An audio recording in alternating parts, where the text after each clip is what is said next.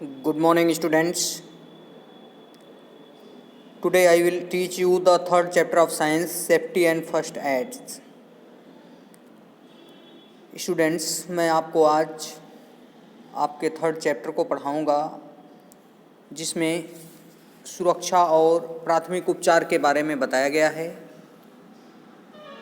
In this lesson, we will study what is safety, what is first aid and first aid in many cases.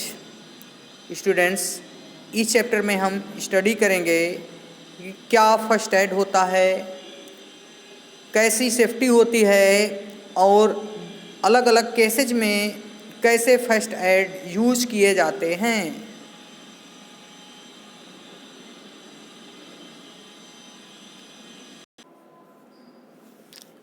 Students, let's start the chapter. Safety means सुरक्षा. It is given that accidents may happen anytime, anywhere without giving any warning.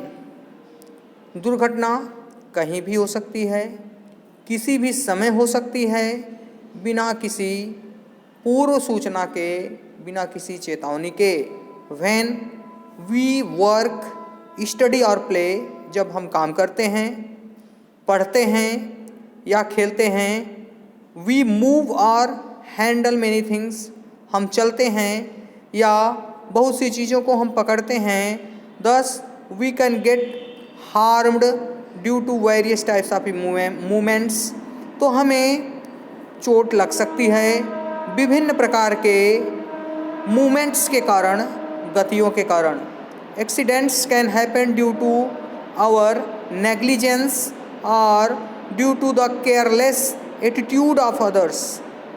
दुर्घटनाएं हो जाती हैं हमारे negligence के कारण. हम अगर किसी चीज़ पर ध्यान नहीं देते हैं इस कारण से, या दूसरे लोग जब लापरवाही करते हैं उनसे दुर्घटनाएं हो जाती हैं. Both children and adults get hurt at home, school, in playground और while moving on the road. दोनों, चाहे बच्चे हों या वयस्क हों, वे कहीं भी चोटिल हो सकते हैं, घर पर भी, स्कूल में भी और खेल के मैदान में भी, या जब वे रोड पर चल रहे होते हैं. Following are some safety rules that should be allowed by all to avoid the accidents. कुछ सेफ्टी रूल्स होते हैं, कुछ सुरक्षा के नियम होते हैं जिन्हें हर किसी को मानना चाहिए ताकि एक्सीडेंट्स को रोका जा सके, दुर्घटनाओं को रोका जा सके. Students, you can see in the figure that don't get in और आउट ऑफ ए मूविंग बस. एक चलती हुई बस में से दौड़ के ना ही चढ़ें और ना ही उतरें. Do not lean out of the moving bus, और चलती हुई बस में से झांके न.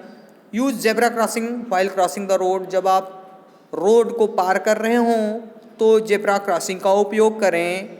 Do not jump on the desk के ऊपर कूदे नहीं. Always stand in A Q at the bus stop, और बस स्टॉप में एक लाइन में खड़े रहें, एक रेखा में, एक निश्चित पंक्ति में खड़े रहें. Do not disturb bus driver, और बस ड्राइवर को बार बार परेशान न करें. Some figures are also given here. Do not run on the stairs, सीढ़ियों पर दौड़े नहीं. Do not go alone for swimming, अकेले तैरने के लिए न जाएं. Do not touch electric wires with wet hands, गीले हाथों से इलेक्ट्रिक वायर्स को न छुएं. Keep your things at the right places, चीज़ों को सही तरीके से रखें, सही स्थान पर रखें. Avoid using blades to sharpen pencils, pencils को तेज करने के लिए ब्लेड्स का इस्तेमाल न करें. And do not keep toys in the floor, और खिलौनों को फर्श पर ऐसे ही न रख दें. Students, the next reading that is given in your book is first aid, means प्राथमिक उपचार. Whenever an accident happens, जब कभी कोई दुर्घटना होती है, the injured must be given an immediate medical aid before he is shifted to the hospital for accurate diagnosis and treatment. Means जब किसी की दुर्घटना होती है तो उस व्यक्ति को तत्काल मेडिकल एड, चिकित्सकीय सहायता की ज़रूरत होती है, इसके पहले कि उसे हॉस्पिटल में अच्छे उपचार के लिए भेजा जाए। This is known as first aid. और इसी प्राथमिक उपचार को प्रथम उपचार या फर्स्ट एड कहा जाता है। Timely help can save the life of injured person. समय से जो सहायता यह कर दी जाती है, इससे घायल व्यक्ति की जान बचाई जा सकती है, उसका जीवन बचाया जा सकता है। But it is notable that first aid is given for minor wounds. लेकिन यह ध्यान देने वाली बात है कि फर्स्ट एड छोटे मोटे घावों के लिए किया जाता है। नोज ब्लीडिंग, नाक से खून बह रहा हो तब किया जाता है। फैटिक, उल्टी या चक्कर आ रहा हो, गिडीनेस, चक्कर आ रहा हो तब किया जाता है। आफ्टर प्लेइंग गेम, कोई खेल खेलने के बाद। रनिंग इन स्कूल प्रेमिसेस, या स्कूल में दौड़ने पर ऐसा हो रहा हो तो किया जाता है। एंड माइनर बर्न्स, या कहीं थोड़ा सा जल जाते हैं तो फर्स्ट एड किया जा सकता है। It is not an alternative of complete medical treatment. यह एक पूर्ण मेडिकल उपचार, चिकित्सकीय उपचार का कोई और विकल्प नहीं है। But remember, we should always give first aid with clean hands, otherwise we may cause infections. हमें फर्स्ट एड अपने क्लीन हैंड्स से देना चाहिए, नहीं तो हम खुद इन्फेक्शन क्रिएट कर सकते हैं, हमारे द्वारा खुद संक्रमण हो सकता है। Following is the list of first aid given in different kinds of injuries. कुछ फर्स्ट एड के तरीके हैं, प्राथमिक उपचार के तरीके हैं, जो विभिन्न प्रकार की छोटी मोटी चोटों के कारण होता है। First is sprain. Sprain means मोच। A sprain generally occurs around wrist and ankles. Sprain जो है वह हमारी रिस्ट और एंकल्स पर जनरली होता है। When they are sudden twisted और swell up due to the bad fall, जब उनमें एकाएक ट्विस्टिंग हो जाती है, मुड़ जाते हैं और उनमें सूजन आ जाती है जब हम कभी बुरी तरह से गिर जाते हैं। The tissues around the twisted joints are damaged, और जो इस ट्विस्टेड जॉइंट्स के चारों तरफ टिश्यूज पाए जाते हैं, ऊतक पाए जाते हैं, वे डैमेज हो जाते हैं। दिस कॉजेज पेन, इससे हमें दर्द होने लगता है। The sprained part should not be moved before it, और स्प्रेन्ड पार्ट को बहुत ज़्यादा घुमाना नहीं चाहिए जब तक कि यह ठीक न हो जाए। फॉर फर्स्ट एड, इसके फर्स्ट एड के लिए जो व्यवस्था दी गई है, ए cold ice pack should be used on the affected area. बर्फ पैकिंग को इस क्षेत्र पर उपयोग में लाया जाना चाहिए जहां मोच हुई है। Apply the ointment on the sprained joint 2 or 3 times a day। किसी मलहम को 2 या 3 बार जिस स्थान पर मोच आई हो वहाँ लगाना चाहिए। Wrap the crepe bandage around the sprain joint after applying the ointment. जब हम किसी मलहम को लगा लेते हैं तो इसके चारों तरफ हमें एक बैंडेज लपेट देनी चाहिए ताकि उस पर हवा न लगे और वह मोच जल्दी से जल्दी ठीक हो जाए। The next heading that is given is fracture. Fracture means हड्डियों का टूट जाना। ए ब्रेक और crack in bones is called fracture. जब हमारी हड्डियाँ टूट जाती हैं या चिटक जाती हैं तो इसी को फ्रैक्चर कहा जाता है। The fractured bone causes a lot of pain. टूटी हुई हड्डी से बहुत अधिक दर्द होता है। The affected area may swell up, वह स्थान जहाँ हड्डी टूटी है होती है वहाँ सूजन हो सकती है। And it will not be able to be moved, और यहाँ मूवमेंट जो होता है, गति बहुत मुश्किल हो जाती है। Following are the first aid steps in case of fractures. Fracture होने पर हम निम्न चीज़ों को फर्स्ट एड के रूप में यूज करते हैं। फर्स्ट पॉइंट दिया हुआ है, do not allow the person to move, व्यक्ति को चलने न दिया जाए। Make the patient calm and comfortable, उसे शांत रहने के लिए और आराम करने के लिए कहा जाए। Tie the splint to give support the broken bone, बांध करके टूटी हुई हड्डी को सहारा दिया जाना चाहिए। The fractured arm can be supported by sling, और जो टूटी हुई बांह है उसे स्लिंग के द्वारा, एक कपड़े के द्वारा या बैंडेज के द्वारा सपोर्ट कर दिया जाना चाहिए। It gives support to the arm and prevents its movement, यह आर्म को सपोर्ट देता है और इसके मूवमेंट को रोकता है। The person must be rushed to hospital immediately, और उस व्यक्ति को जल्दी से जल्दी हॉस्पिटल पहुंचा देना चाहिए। The next heading that is given in your book is burns, means जलना। One can be burn when he or she comes in contact with hot objects, steam, firecrackers, electric shocks, etc. कोई जल सकता है जब वह किसी गर्म चीज के संपर्क में आ जाए, भाप के संपर्क में आ जाए, आग के संपर्क में आ जाए, पटाखों के संपर्क में आ जाए, या उसे बिजली का झटका लग जाए। Sometimes chemical substances such as acids cause burn, और कभी कभी कुछ रासायनिक पदार्थ भी बर्न काज कर देते हैं, जलन उत्पन्न कर देते हैं, जैसे कि एसिड जला देता है। In case of minor burns the affected skin developed reddish colour, जब थोड़ा आदमी जल जाता है तो उसकी स्किन लाल हो जाती है या लाल रंग दिखाती है।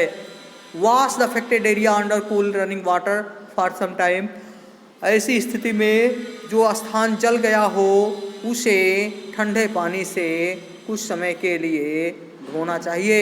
After that apply burner and place clean cloth on the prevent any infection, उसके बाद इस पर बर्नर लगाते हैं और फिर इसे क्लीन कपड़े से ढक देते हैं ताकि इसमें इन्फेक्शन न फैले।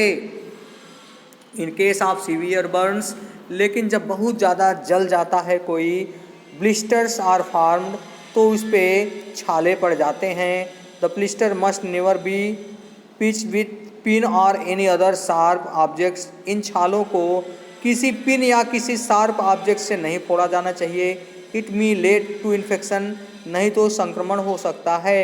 Instead a wet compress of cloth dipped in a solution of baking soda can applied on the burns area, अब ऐसी स्थिति में बेकिंग सोडा से भीगा हुआ कपड़ा उस पर लगाया जाना चाहिए या उस जले हुए क्षेत्र पर रखा जाना चाहिए। Take the victim to doctor immediately after the first aid is administered, और जैसे ही उसे प्राथमिक उपचार मिल जाता है उसे जल्द से जल्द डॉक्टर के पास पहुंचा देना चाहिए।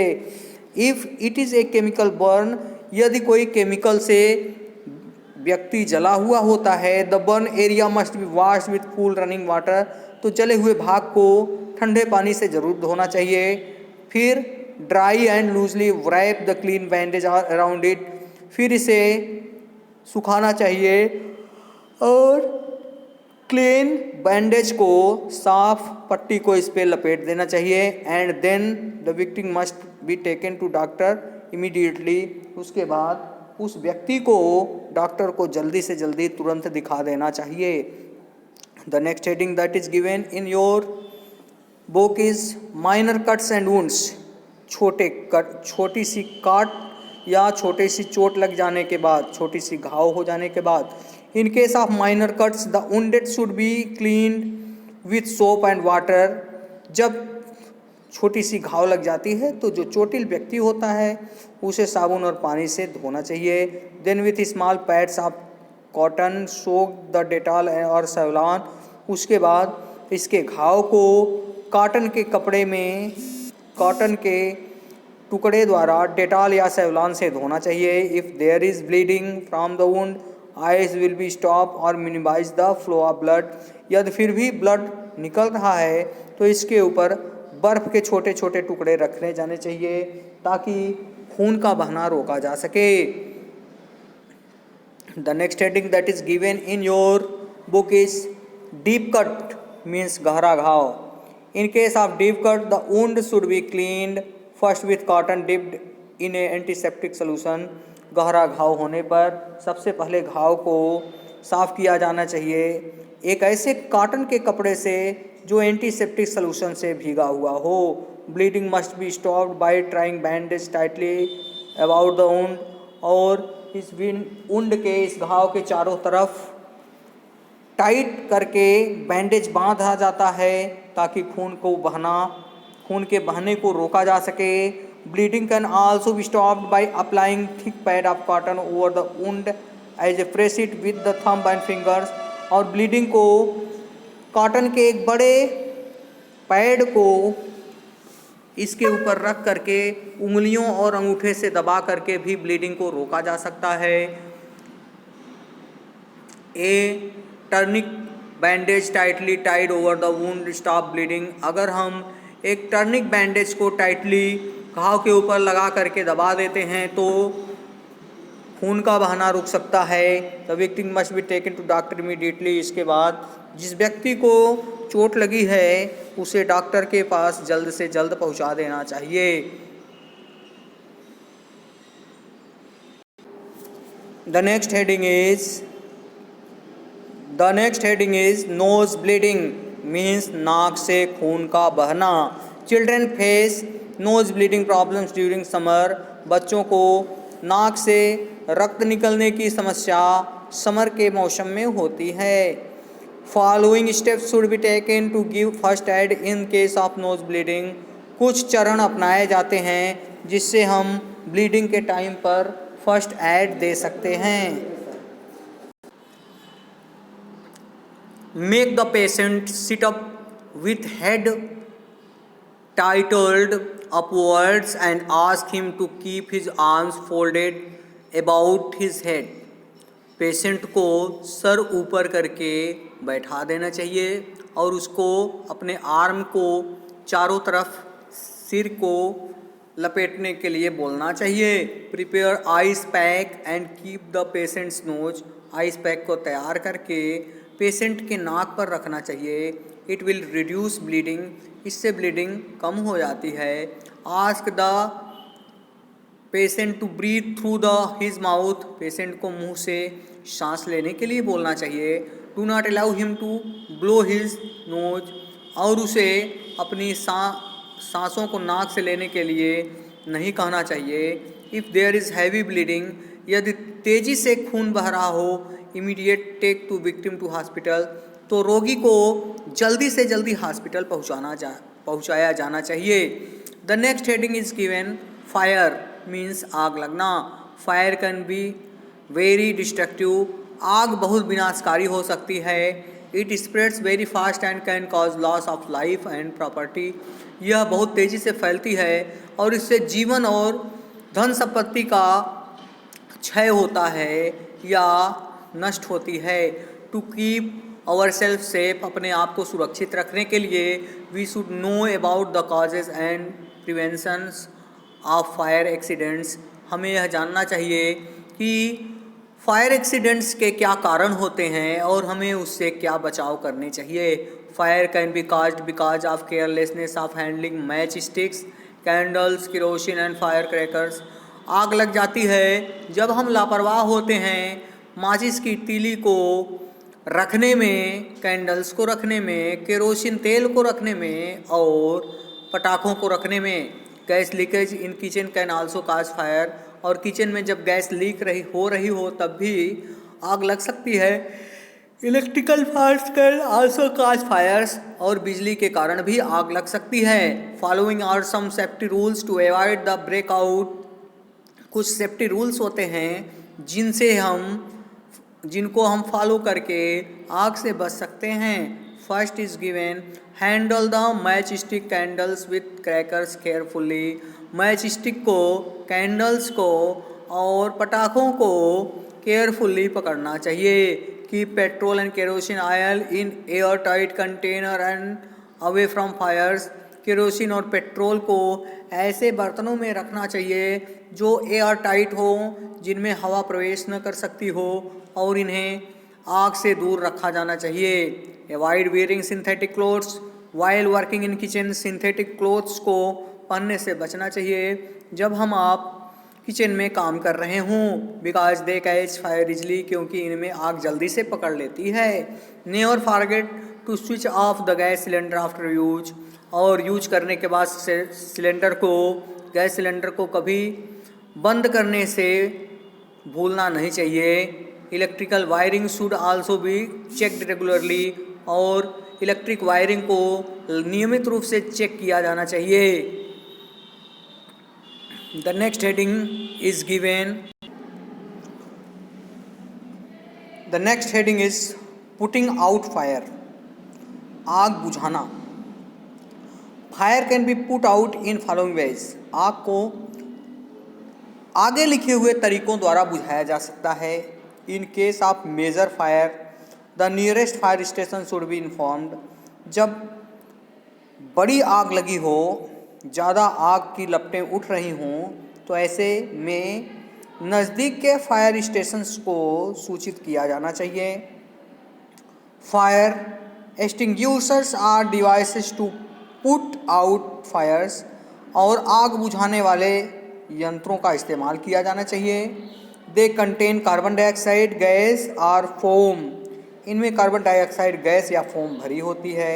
The gas or foam surrounds the fire and puts off the cutting of the air supply. यह फायर को चारों तरफ से घेर लेती है और एयर सप्लाई को रोक देती है। Fire which is caused by petrol can be extinguished by throwing sand or mud over it. और पेट्रोल या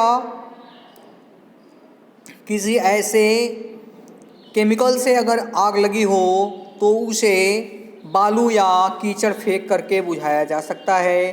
फॉर इलेक्ट्रिक फायर, और बिजली से आग लगी हो, switch off the mains immediately, तो हम मेन्स सप्लाई को तुरंत स्विच ऑफ कर देते हैं।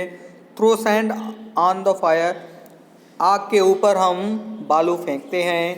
Don't throw water over the fire caused by electricity. और जिस आग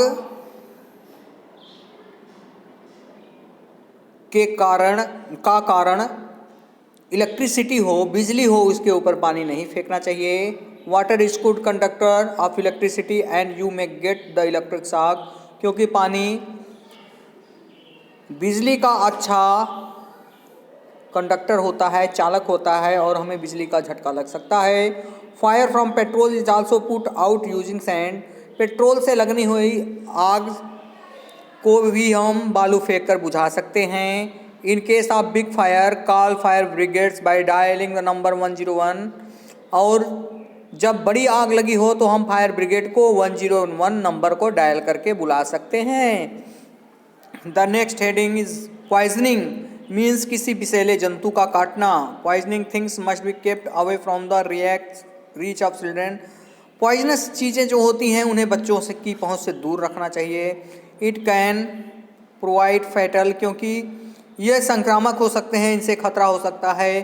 ए person can lose his life, एक व्यक्ति अपना जीवन खो सकता है। Expiry dates of medicine should be checked before taking them.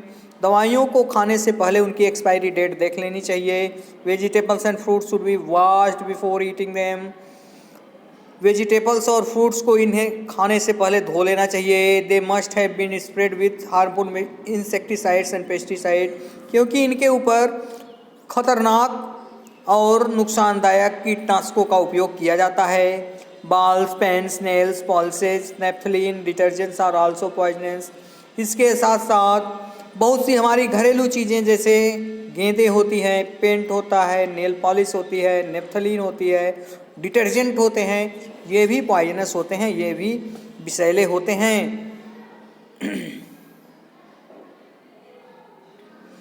In case of poisoning do the following, और यदि इन विषैली चीज़ों का सेवन कर लिया जाता है तो कुछ चीज़ें उपयोग में ला करके इनसे बचाव कर सकते हैं।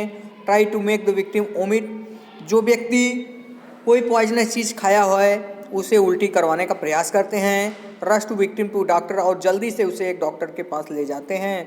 The next heading is animal bytes, जंतुओं का काटना। The saliva of animals like dogs, cats and monkeys contain viruses of very dangerous disease called rabies. Means कुत्ते, बिल्ली और बंदरों की लार में एक बहुत ही खतरनाक ढंग का वायरस पाया जाता है जिसे रेबीज कहा जाता है। The virus enters the victim's body through the animal saliva when these animals bite someone, और यह वायरस जब ये जानवर किसी को काटते हैं तो उनके लार के माध्यम से उसके शरीर में पहुंच जाता है। So it is very important to treat animals bites immediately, इसलिए ये बहुत ज़रूरी है कि हम कोई जानवर अगर हमें काटता है तो उसका ट्रीटमेंट जल्दी से जल्दी कराएं। इसमें हम कर क्या सकते हैं, wash the wound with soap and water to wash away germs, हम काटे गए स्थान को साबुन और पानी से ज़्यादा धोते हैं ताकि वहाँ से कीटाणु हट जाएं।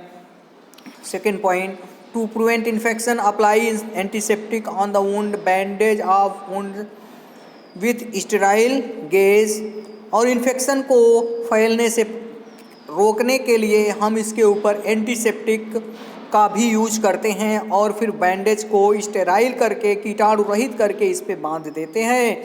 Take the victim to doctor immediately, और जो व्यक्ति इससे प्रभावित है उसे डॉक्टर के पास जल्दी से जल्दी पहुंचाते हैं। The doctor may give anti rabies injections, और डॉक्टर्स उन्हें एंटी रेबीज इंजेक्शंस दे सकते हैं। In case of snake bite follow the given step, जब कोई सांप काटा हो तो दूसरे स्टेप्स को फॉलो करते हैं। इसमें क्या किया जाता है, to stop the flow of blood to heart and brain apply tight bandage over just above the bite, जहाँ सांप ने काटा है उसके ऊपर टाइटली हम किसी बैंडेज को बांध देते हैं, किसी पट्टी को बांध देते हैं ताकि ब्लड हार्ट और ब्रेन में न पहुंच पाए। Next, do not move the victim to prevent the poisons to spread in the victim's body. Victim जिसे सांप ने काटा हुआ है उसे चलने के लिए नहीं कहते हैं जिससे रक्त का प्रवाह उसके शरीर में न हो। The victim should be immediately taking to doctor, और जिस व्यक्ति को पॉइजनस जंतु ने काटा हुआ है, जहरीले जंतु ने काटा हुआ है, उसे जल्द से जल्द डॉक्टर के पास पहुंचाना चाहिए। Students, that's your third chapter. In the next day we will solve the exercises. That's all for today. Thank you.